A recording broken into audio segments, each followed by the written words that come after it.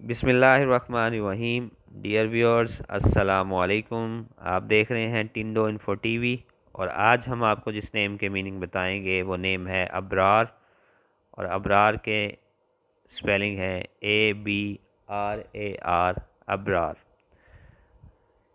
आइए अब हम आपको बताते हैं कि अबरार नेम के क्या मीनिंग है उर्दू ज़ुबान में। अबरार नाम का शुमार मुसलमान लड़कों के नामों में होता है और इसके मायने हैं नेक लोग या अच्छे लोग। बहुत शुक्रिया वीडियो को देखने का। अगर अभी तक आपने हमारा चैनल सब्सक्राइब नहीं किया तो जल्दी से हमारा चैनल सब्सक्राइब कर लें और वीडियो को लाइक और शेयर करना ना भूलिएगा। अगर आप किसी भी नेम के मीनिंग जानना चाहते हैं तो हमारी वीडियोस के नीचे कमेंट्स कीजिएगा। हम कोशिश करेंगे कि आपको उस नेम के मीनिंग बता दें। अपना बहुत ख्याल रखिएगा। जज़ाकल्लाह। अल्लाह हाफिज़।